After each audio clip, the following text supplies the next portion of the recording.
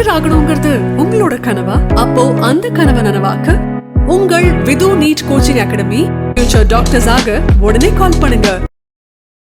50க்கும் மேற்பட்ட உலக நாடுகளில் 100 கோடிக்கும் அதிகமான ஆகாயம் தமிழ் பார்வையாளர்களுக்கு பேரன்பும் திருநன்றியும். உலகெங்கும் வாழும் ஆகாயம் தமிழ் நெஞ்சங்களுக்கு கிறிஸ்டியின் அன்பு வணக்கம். நம்மோடு சினிமா மற்றும் அரசியல் விமர்சகர் திரு சுபேர் இணைந்திருக்கிறார். வணக்கம் சார். வணக்கம். எப்படி இருக்கீங்க சார்? நல்லா இருக்கு. இந்த பஸ்ஸோட புரட்சியை நீங்கள் பார்த்துருப்பீங்க. எல்லா இடத்துக்கும் பேருந்தில் போய் பண்ணிகிட்டு இருக்காரு. அதில் ஒரு சிலர் கூட்டம் கூடுது அப்படின்ற மாதிரி இருந்துச்சு.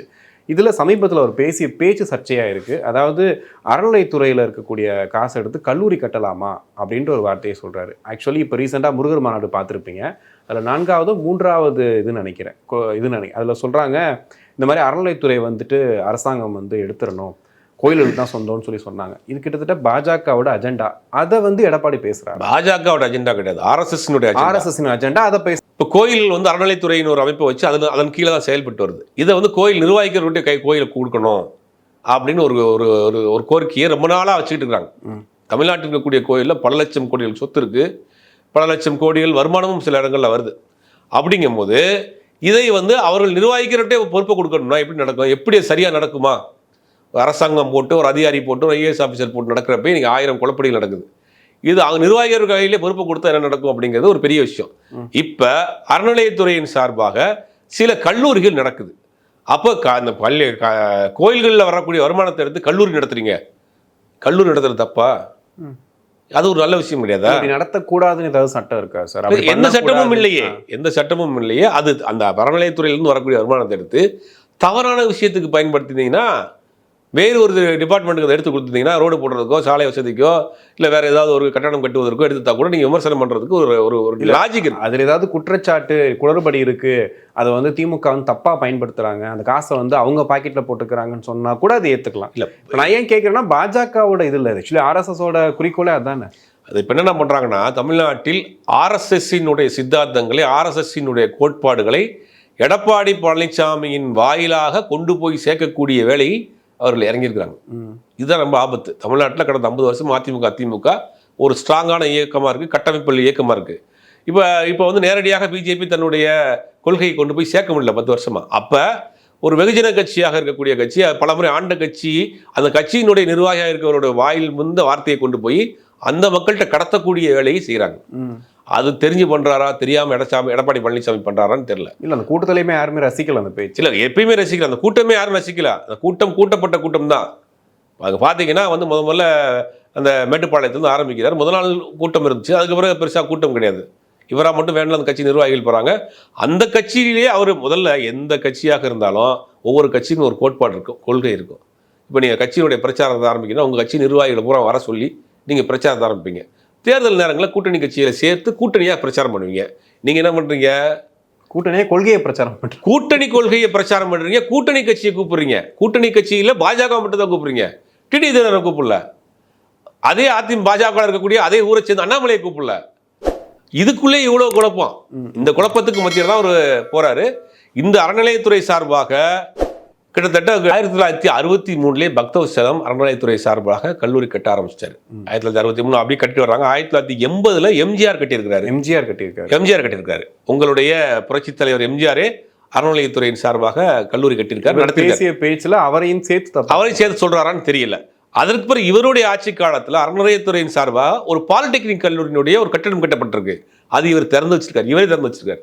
இவ்வளவு டேட்டாஸ் இருக்கு. இதுவுமே தெரியாம இது ஒரு தவறான விஷயம், அறநிலையத்துறையின் சார்பாக கல்லூரிக்கு நடத்துறது தவறான விஷயம்னு சொல்லிட்டு இருக்காரு. இல்லை, இது தெரியாமல் எப்படி சார் சொல்ல முடியும்? இவ்வளவு விஷயங்கள் இருக்கும்போது அவர் தெரியலையே. தெரிஞ்சாலும் அவர் பேசியிருப்பாரா? தமிழ்நாட்டில் இது பேசினா எடுபடுமான்னு தெரியுமா?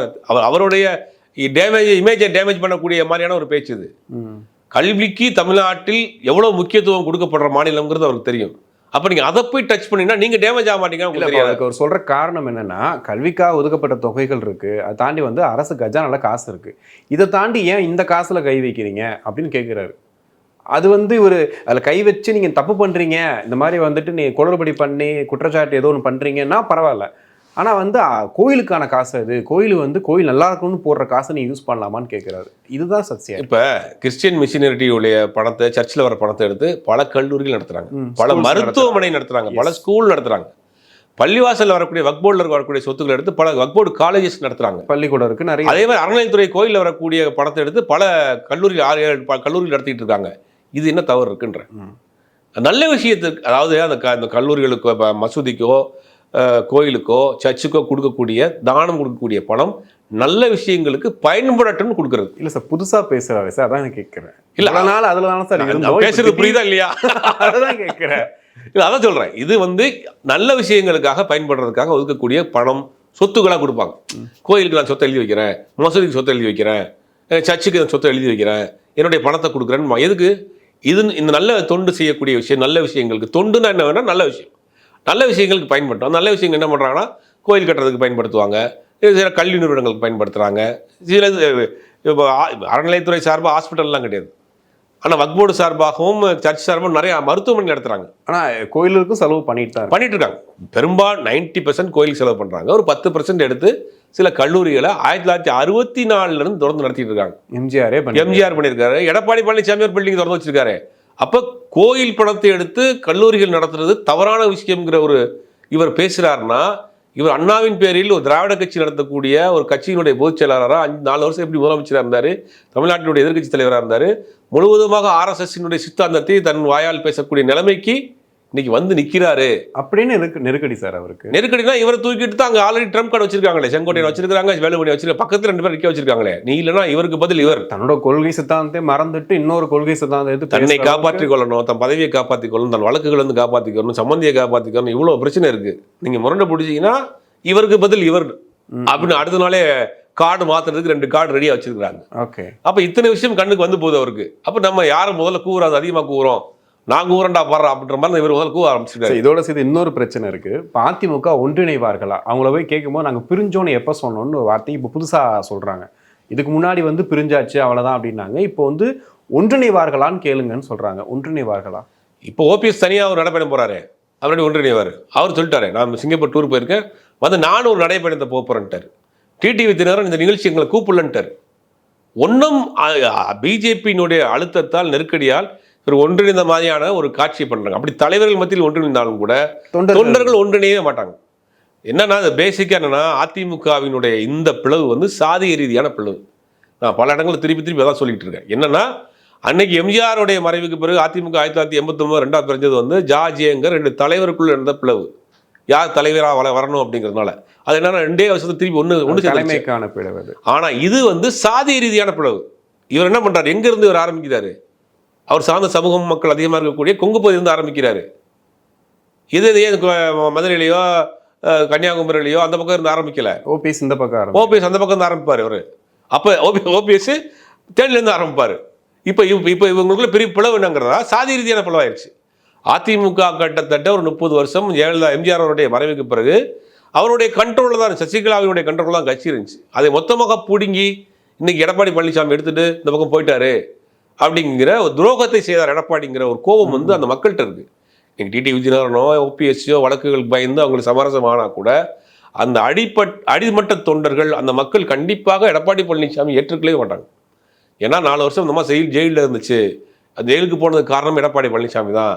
வெளியில் எடுக்கிறதுக்கு அவர் எதுவுமே பண்ணல, இவ்வளோ பெரிய துரோகம் பண்ணிட்டாரு, கட்சி நம்ம கையில் இருந்தது, கட்சி எப்படி கொண்டு போயிட்டாரு அப்படிங்கிற ஒரு கோபம் இருக்கு தலைவர்கள் மத்தியிலையுமே. இப்போ அந்த மேலோட்டமான ஒரு விஷயமா இருந்தால் கூட அடிமட்ட தொண்டர்கள் மத்தியில், 2ஆம் கட்ட தொண்டர்கள் மத்தியில், 2ஆம் கட்ட தலைவர்கள் மத்தியில் அது ஜெல்லாகவே இல்லை. இல்லை சார், ஜெயக்குமார் கூட பற்றி ஒரு விஷயம் கூட பேசலை சார். கூட்டணிக்கு அப்புறம் அதை பற்றின எந்த விஷயமே பேசல. மேல்மட்ட தலைவர்கள் யாருக்குமே இந்த கூட்டணியை விரும்பல, ரசிக்கல, மக்கள் ஏற்றுக்கொள்ள மாட்டார்கள்ங்கிறது அவருக்கு தெரியும்.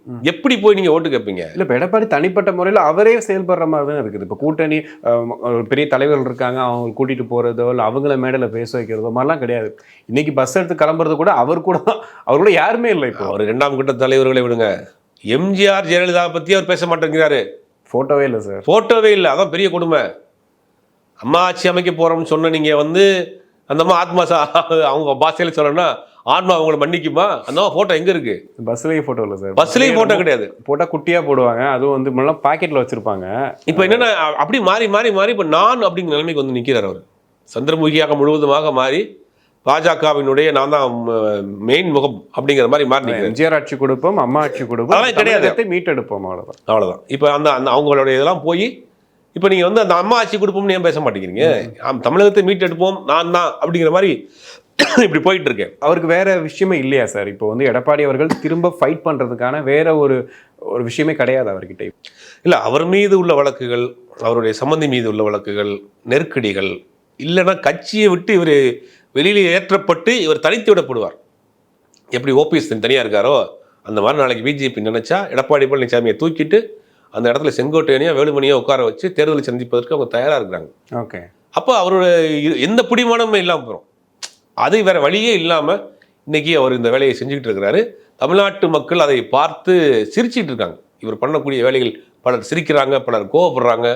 அந்த மாதிரி இருந்தப்போ எப்படி இருந்த ஒரு கட்சி இன்னைக்கு முழுவதுமாக மாறி அது கருப்பு சிவப்பு வெள்ளை மாறி முழுவதுமாக காவியாக போயிட்டு இருக்கே, அட பாவிகளா அப்படிங்கிற மாதிரி தான் மக்கள் இன்னைக்கு பார்த்துட்டு இருக்காங்க. ஓகே, கண்டிப்பா சார், பொறுத்து வந்து பார்ப்போம். உங்க நேரத்துக்கு நன்றி.